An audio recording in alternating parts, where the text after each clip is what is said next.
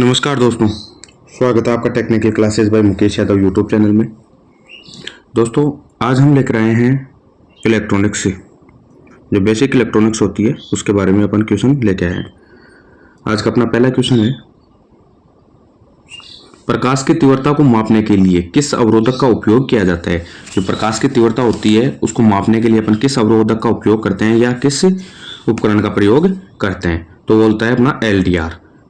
Option D इसका right answer होगा LDR। अगला क्वेश्चन है, सिलिकॉन सेमीकंडक्टर डायोड किस कोड को इंगित करता है। जो सिलिकॉन सेमीकंडक्टर होता है, सिलिकॉन अर्धचालक होता है, वो किस कोड को डिनोट करता है, तो वो करता है अपना BY126 BY126। ऑप्शन बी इसका राइट आंसर होगा BY126। अगला क्वेश्चन है, फुल वेव रेक्टिफायर का इनपुट रिपल फ्रीक्वेंसी क्या है। जो फुल वेव रेक्टिफायर है उसका इनपुट फ्रीक्वेंसी है वो क्या होगा, तो वो होगा अपना Fin बराबर 2Fin। ऑप्शन सी इसका राइट आंसर होगा Fin बराबर 2Fin होगा। अगला क्वेश्चन है, एक सक्रिय घटक कौन सा है।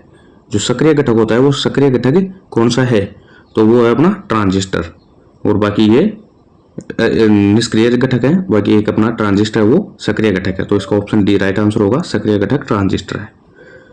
अगला क्वेश्चन है, कौन सा अक्षर यौगिक पदार्थ कैडमियम सल्फाइड को इंगित करता है। कैडमियम सल्फाइड को इंगित कौन सा जो अक्षर होता है वो इंगित करता है, तो कैडमियम सल्फाइड के लिए अपन आर का प्रयोग करते हैं, आर कैपिटल आर।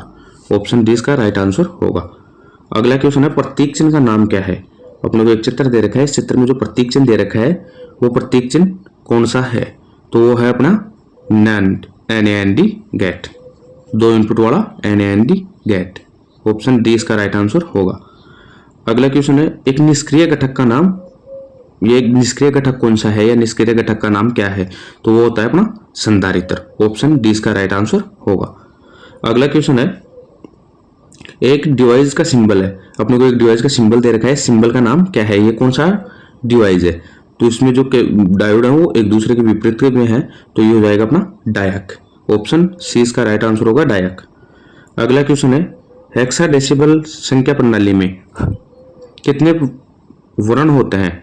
जो हेक्साडेसिमल संख्या प्रणाली होती है उसमें कितने वर्ण होते हैं, तो वो होते हैं अपने 16। ऑप्शन डी इसका राइट आंसर होगा। अगला क्वेश्चन है, कौन सा इलेक्ट्रॉनिक सर्किट बिना इनपुट के एसी सिग्नल उत्पन्न करता है। ऐसा कौन सा इलेक्ट्रॉनिक सर्किट है जो बिना इनपुट के एसी सिग्नल उत्पन्न करता है, तो होता है अपना दोलन सर्किट। ऑप्शन डी इसका राइट आंसर होगा। अगला क्वेश्चन है, कौन सा उपकरण मापे हुए या परीक्षाकृत मात्रा का एक दृश्य प्रतिनिधित्व प्रदान करता है, तो वो होता है अपना कैथोड रे ऑसिलोस्कोप, CRO, जिसको अपन शॉर्ट में CRO बोलते हैं, cathode ray oscilloscope. Option C इसका राइट आंसर होगा। अगला क्वेश्चन है, एम्पलीफायर का नाम क्या है। अपनों को एक चित्र दे रखा है, इस चित्र में जो एम्पलीफायर दिखा रखा है वो एम्पलीफायर कौन सा है, तो है अपना class B push pull amplifier, class B push pull amplifier. Option B इसका राइट आंसर होगा।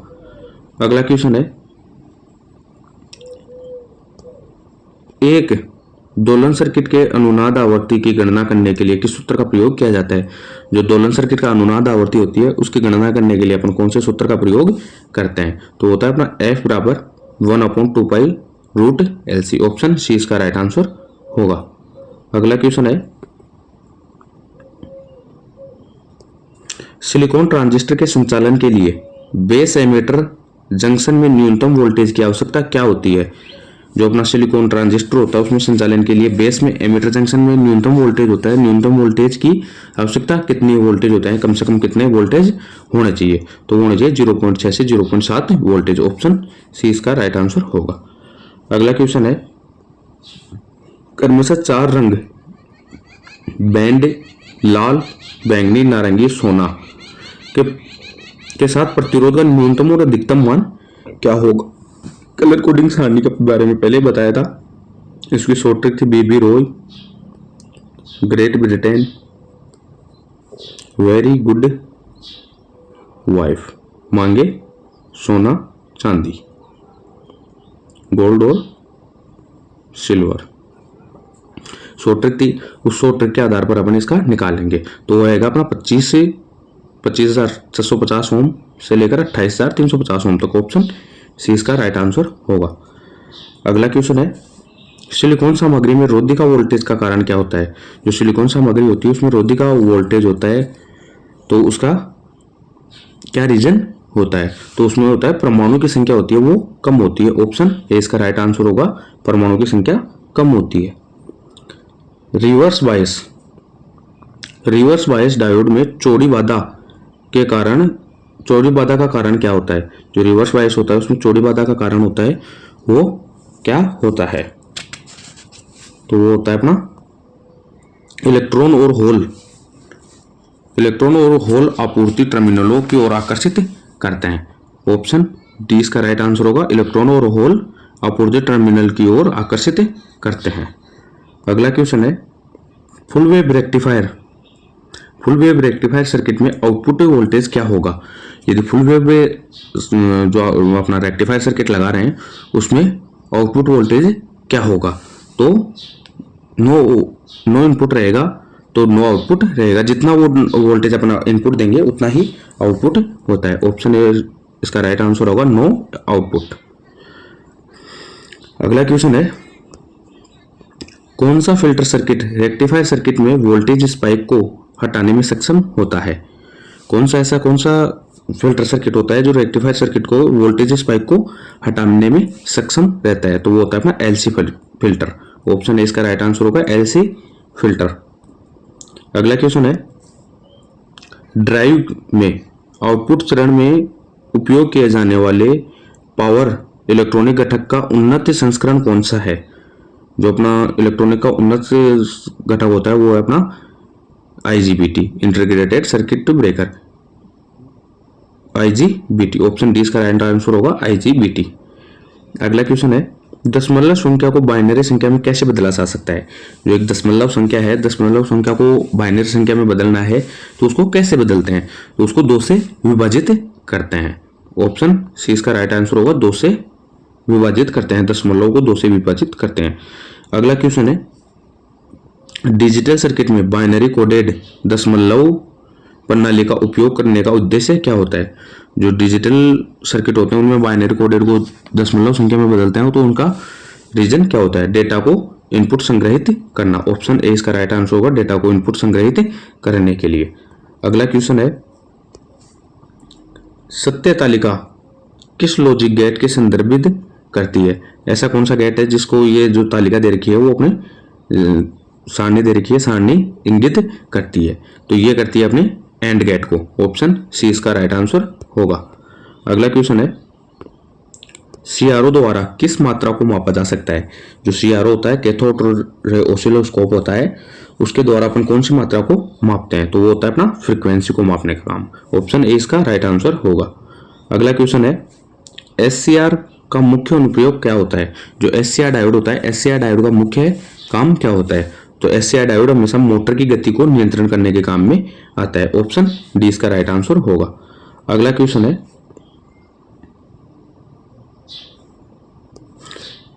सर प्रतिरोध R1 का काम क्या है? तो ये जो R1 प्रतिरोध दे रखा है, इस R1 प्रतिरोध का काम क्या है? तो इसका काम होता है ट्रैक को ट्रिगर करने के लिए, पल्स दर को नियंत्रित करने के लिए। जो पल्स दर होती है उसकी स्पीड होती है, स्पीड को नियंत्रित करने के लिए। ऑप्शन डी इसका राइट आंसर होगा। अगला क्वेश्चन है, ट्रांजिस्टर बेस में C1 के माध्यम से L1 को जोड़ने का उद्देश्य क्या है? C1 को L1 से जोड़ने का उद्देश्य क्या होता है? तो C1 यह है अपना और L1 यह है। इन दोनों को आपस में जोड़ने का जो उद्देश्य होता है वो क्या होता है? तो ये सकारात्मक फीड प्रदान करने के लिए या सकारात्मक फीड आउटपुट के लिए अपन इसको आपस में जोड़ते हैं। तो इसका ऑप्शन बी राइट आंसर होगा, सकारात्मक फीडबैक प्राप्त करने के लिए। ऑप्शन बी इसका राइट आंसर होगा। अगला क्वेश्चन है, कंडक्टर, सेमीकंडक्टर और इंसुलेटर के रूप में एक तय सामग्री तय करने के लिए का मापदंड क्या होता है? जो अपन कंडक्टर होता है, चालक और अर्धचालक अचालक होता है, उनको अपन एक तैयार करने के लिए एक सामग्री का तय करते हैं वो किस आधार पर किया जाता है? तो वो किए जाते हैं जो परमाणु होते हैं परमाणु के इलेक्ट्रॉनों के आधार पर, परमाणु के वैसेज इलेक्ट्रॉनों का अस्तित्व के आधार पर। ऑप्शन 20 का राइट आंसर होगा। अगला क्वेश्चन है टाइप बी सेमीकंडक्टर बनाने के लिए किस डोपिंग सामग्री का उपयोग किया जाता है? तो वो होता है अपना बोरॉन। अगला क्वेश्चन है प्रवर्धक के लिए एनपीएन ट्रांजिस्टर के लिए किस प्रकार की अभिनेति की आवश्यकता होती है?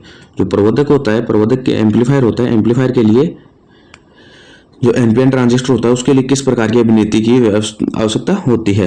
वो होती है अपने बेस पॉजिटिव, एमिटर नेगेटिव और कलेक्टर पॉजिटिव। ऑप्शन सी इसका राइट आंसर होगा। अगला क्वेश्चन है ट्रांजिस्टर सर्किट में फंक्शन का कार्य क्या होता है? जो ट्रांजिस्टर सर्किट होता है उसमें फंक्शन का काम होता है वो क्या होता है? तो इसमें जो फंक्शन का काम होता है वो होता है अपना स्विचिंग, एक दूसरे को चेंजेस करना, स्विचिंग का काम होता है। अगला क्वेश्चन है एम्पलीफायर सर्किट में नकारात्मक फीडबैक की आवश्यकता क्यों होती है? जो एम्पलीफायर सर्किट होता है उसमें नकारात्मक फीडबैक की आवश्यकता क्यों होती है? तो विकृत को कम करने के लिए। ऑप्शन ए इसका राइट आंसर होगा। अगला क्वेश्चन है पावर कंट्रोल सर्किट में डाइक का उद्देश्य क्या होता है? DIAC का उद्देश्य क्या होता है? जो पावर सर्किट में अपन डाइक का प्रयोग करते हैं वो क्यों करते हैं? तो वो ट्रिगर करने के लिए, उसको चालू बंद करने के लिए। ऑप्शन 20 का राइट आंसर होगा, ट्रिगर करने के लिए। अगला क्वेश्चन है इलेक्ट्रॉनिक पंखा नियामक नियंत्रण सर्किट में किस प्रकार के नियंत्रक का उपयोग किया जाता है? जो आजकल इलेक्ट्रॉनिक पंखा चल रहा है उसमें जो अपन नियंत्रण सर्किट का प्रयोग करते हैं वो कौन से प्रकार के करते हैं? तो होता है ट्राइक, TRAIC। ऑप्शन डी इसका राइट आंसर होगा। अगला क्वेश्चन है SCR का कौन सा चतुर्थांश प्रचालन रिवर्स बायसिंग में भारी करंट प्रदान करता है? जो भारी करंट प्रदान करता है वो कौन सा चतुर्थांश होता है? तो होता है तीसरा चतुर्थांश। ऑप्शन 20 का राइट आंसर होगा। अगला क्वेश्चन है सत्य तालिका में किस लॉजिक गेट को संदर्भित करती है? जो अपने एक तालिका दे रखी है, सारणी दे रखी है, उसमें वो कौन से गेट को संदर्भित करती है? तो वो करती है NOR को। ऑप्शन सी इसका राइट आंसर होगा, NOR। अगला क्वेश्चन है CRO में टाइम बेस कंट्रोल स्विच या नोब का उपयोग क्या होता है? जो CRO होता है, CRO में जो टाइम बेस कंट्रोल का जो नोब या स्विच होता है उसका काम क्या होता है? तो उसका काम होता है स्पीड को चयन करने के लिए। ऑप्शन ए इसका राइट आंसर होगा। अगला क्वेश्चन है ट्रैक मोटर नियंत्रण सर्किट में एक स्नबर सर्किट का उपयोग क्यों किया जाता है?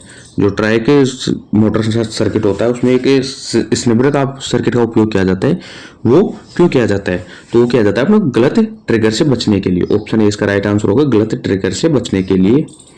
अगला क्वेश्चन है हाफ वेव रेक्टिफायर में आउटपुट DC वोल्टेज क्या होगी यदि input AC input voltage 24 voltage है? तो देखो हाफ वेव में जो होता है वो जितना इनपुट देता है अपन उतना ही आउटपुट होता है, तो इसका हो जाएगा 24 वोल्टेज। ऑप्शन ए इसका राइट आंसर होगा। अगला क्वेश्चन है जर्मेनियम की तुलना में सिलिकॉन द्वारा किस अर्धचालक उपकरण क्यों बनाए जाते हैं? जर्मेनियम की तुलना में देखो जर्मेनियम का प्रयोग कम करते हैं और सिलिकॉन का प्रयोग ज्यादा करते हैं। सिलिकॉन का प्रयोग ज्यादा कर अर्धचालक पदार्थ ज्यादा क्यों बनाए जाते हैं? उसका रीजन क्या होता है? तो होता है अपना उच्च बाधा वोल्टेज के लिए। ऑप्शन ए इसका राइट आंसर होगा। अगला क्वेश्चन है यदि ट्रांसफार्मर का सेंटर टैप पूर्ण तरंग रेक्टिफायर सर्किट में खुला हुआ है तो आउटपुट वोल्टेज क्या होगा? तो यदि आउटपुट वोल्टेज क्या होगा यदि सेंटर टैप ट्रांसफार्मर में रेक्टिफायर का सर्किट खुला हुआ है? तो वोल्टेज क्या रहेंगे? 0, क्योंकि परिपति पूरा नहीं होगा तो वोल्टेज का मान क्या रहेगा? 0 रहेगा। ऑप्शन ए इसका राइट आंसर होगा। अगला क्वेश्चन है कौन सा दोलक उच्च सटीक आवृत्ति स्थिर आवृत्ति प्रदान करता है? सटीक और स्थिर आवृत्ति कौन सा दोलन प्रदान करता है? तो वो करता है अपना हॉर्टले ऑसिलेटर। ऑप्शन इसका राइट आंसर होगा। अगला क्वेश्चन है एक ट्रांजिस्टर के आधार पर सामग्री का विशेष गुण क्या होता है? एक ट्रांजिस्टर होता है, ट्रांजिस्टर के आधार पर सामग्री का विशेष गुण क्या होता है? तो हल्के डोप में किया जाएगा और बहुत पतला। ऑप्शन ए इसका राइट आंसर होगा। अगला क्वेश्चन है, एम्पलीफायर का प्रकार क्या है? अपने को एक सर्किट दे रखा है, सर्किट में जो एम्पलीफायर दे रखा है वो एम्पलीफायर कौन सा है? तो वो है अपना कॉमन एम्पलीफायर या common ammeter amplifier. Option D इसका राइट आंसर होगा।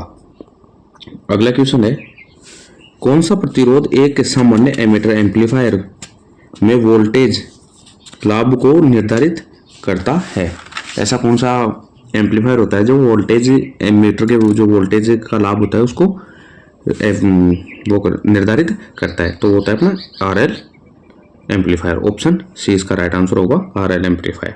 अगला क्वेश्चन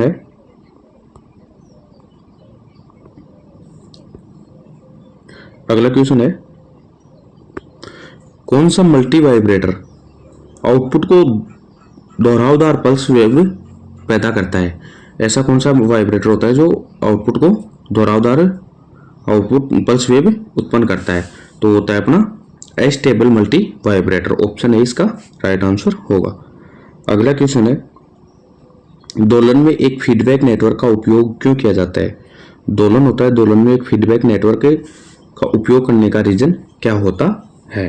तो होता है अपना सिग्नल को 180 डिग्री फेज शिफ्ट करने के लिए, 180 डिग्री फेज शिफ्ट करने के लिए। ऑप्शन सी इसका राइट आंसर होगा।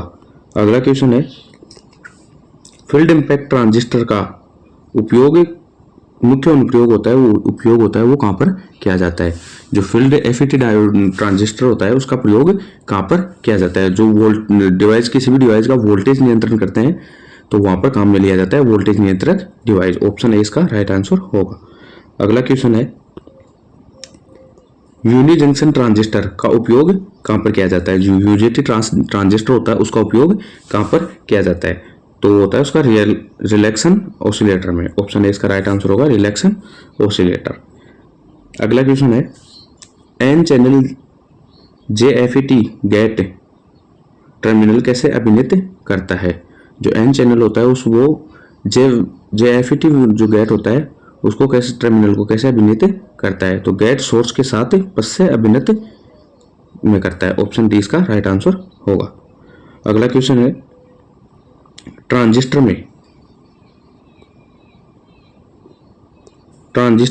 V2 से V1 में परिवर्तन करते समय कुल टर्न ऑन टाइम क्या होता है? जो ट्रांजिस्टर होते हैं, ट्रांजिस्टर को V1 से V2 में परिवर्तित करते टाइम जो कुल टर्न ऑन होता है वो कितना होता है? तो होता है TON बराबर TD plus TR। Option C इसका राइट आंसर होगा। अगला क्वेश्चन है, बिंदु संपर्क, विकसित डिफ्यूजन और मिश्र धातु जंक्शन के तरीकों का उपयोग करके किस उपकरण का निर्माण किया जाता है? तो होता है अपना ट्रांजिस्टर। ऑप्शन डी इसका राइट आंसर होगा। अगला क्वेश्चन है, एक ट्रांजिस्टर में कलेक्टर क्षेत्र भौतिक रूप से उत्सर्जक क्षेत्र से बड़ा क्यों होता है? जो एक ट्रांजिस्टर होता है वो भौतिक क्षेत्र के उत्सर्जक क्षेत्र से बड़ा क्यों होता है? क्योंकि इसे अधिक गर्मी का प्रसार करना पड़ता है। यदि ज्यादा गर्म होता है तो वो जल्दी से ठंडा हो जाए। ऑप्शन ए इसका राइट आंसर होगा। अगला क्वेश्चन है, एक ट्रांजिस्टर का कार्य क्या है यदि एमीटर बेस और कलेक्टर से बेस तक अग्र अभिनत होता है?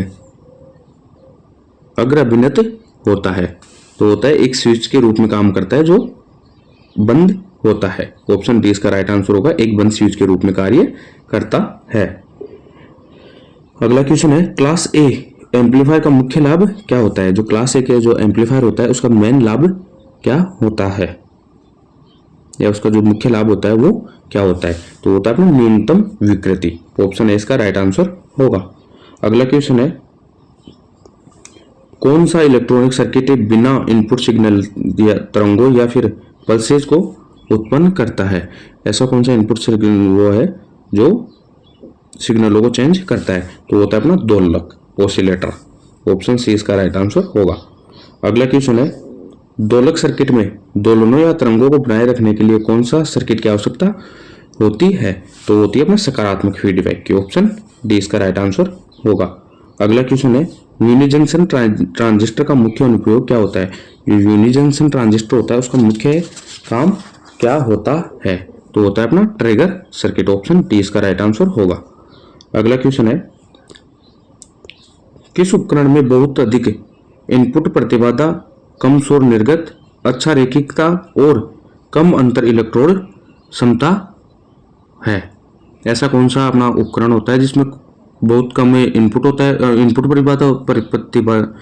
प्रतिबाधा होती है, शोर कम होता है और अच्छा रैखिकता, कम अंतर इलेक्ट्रोड होता है, तो वो होता है अपना field effect transistor. Option C इसका राइट आंसर होगा। अगला क्वेश्चन है जेएफईटी की तुलना में मॉसफेट के धारा नियंत्रक में क्या अंतर है।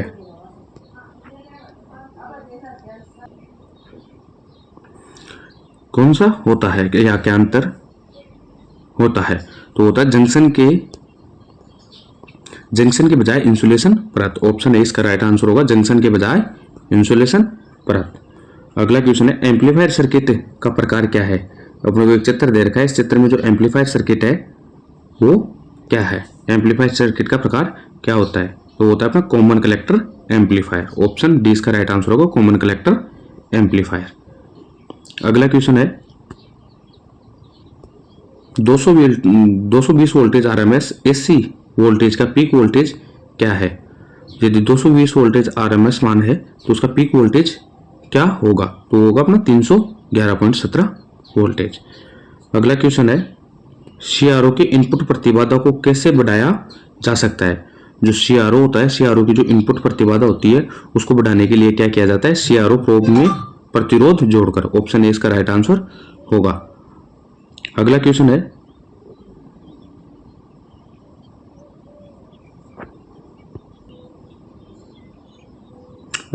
है रेडियो में क्या खराबी आएगी अगर पल्सेशन को रेक्टिफायर के इनपुट से हटाया नहीं जाता है।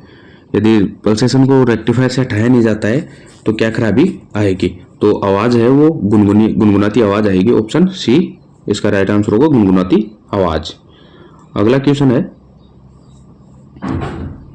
रिक्तीकरण क्षेत्र कैसे व्यवहार करता है। जो रिक्तीकरण क्षेत्र होता है वो कैसे व्यवहार करता है, तो एक कुचालक के रूप में काम करता है। ऑप्शन बी इसका राइट आंसर होगा, कुचालक के रूप में।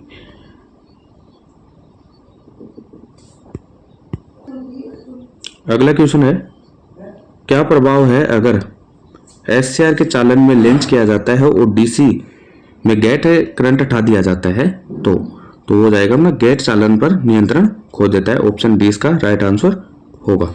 अगला क्वेश्चन है जेएफईटी में पिंच ऑफ वोल्टेज का क्या प्रभाव होता है, तो होता है ड्रेन करंट शून्य हो जाता है। ऑप्शन डी इसका ऑप्शन बी इसका राइट आंसर होगा। आज की क्लास में इतना ही। यदि वीडियो पसंद आए तो वीडियो को ज़्यादा से ज़्यादा लाइक शेयर एवं चैनल को सब्सक्राइब जरूर करें और बेल आइकन जरूर दबाएं। वीडियो को शेयर ज़्यादा से ज़्यादा करें। Thank you.